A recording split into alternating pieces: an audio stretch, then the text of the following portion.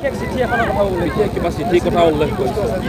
বস্তু আছে যিটো দেখিয়ে তপত ফুটবলৰ বিশেষ কিবা আছে গতিকে ময়ো মানে ক'ব পাৰোঁ তেখেতে কি চিঠি আছে কৈছে মই নাজানো যি হওক তেখেতে এখন প্ৰচাৰ কৰিলে ভাল লাগিব ইলেকশ্যনৰ আগত মানে কিনো চিঠি তেওঁৰ তাত আছে তেওঁ প্ৰচাৰ কৰক কিন্তু ঘটনাটো হৈছে কি যে কথাবিলাক হ'ল ইয়াত গণভিত্তিৰ কথা যে দলৰ নীতি আদৰ্শৰ কথা এতিয়া প্ৰদ্যুৎ বৰদলৈ ডাঙৰীয়াই এনেধৰণৰ বক্তব্য কোৱাটো মই বিচৰা নাছিলোঁ সাধাৰণতে প্ৰদ্যুৎ বৰদলৈ ডাঙৰীয়াক সমাজে এজন মানে ইণ্টেলেকচুৱেল মানুহ বুলি ভাবে প্ৰদ্যুৎ বৰদলৈ ডাঙৰীয়া এজন শিক্ষিত মানুহ বুলি ভাবে প্ৰদ্যুৎ বৰদলৈ আচাৰ ব্যৱহাৰবিলাক অলপ বেলেগ বুলি মানুহে ভাবে কিন্তু এইবাৰ প্ৰদ্যুৎ বৰদলৈ কথা বতৰাবিলাকত তেওঁ যেন আচলতে শিক্ষিত মানুহ তেখেত যেন এজন মানে আচাৰ ব্যৱহাৰত ভাল মানুহ সেই কথাটো কিন্তু আজি এমাহমান ধৰি সেইটো মোৰ দৃষ্টিত পৰা নাই আৰু মই ভাবোঁ যে কি হৰা জিকাটো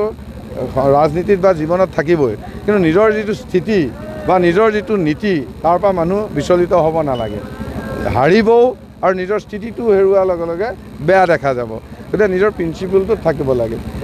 গতিকে সেই ধৰণৰ বৰদলৈ ডাঙৰীয়াই যি কথা কৈছে মই বুজিব পৰা নাই কিন্তু তেখেতলৈ শুভেচ্ছা থাকিল ইলেকশ্যন খেলিছে তেওঁলৈ শুভেচ্ছা জনালোঁ মই সিমানেই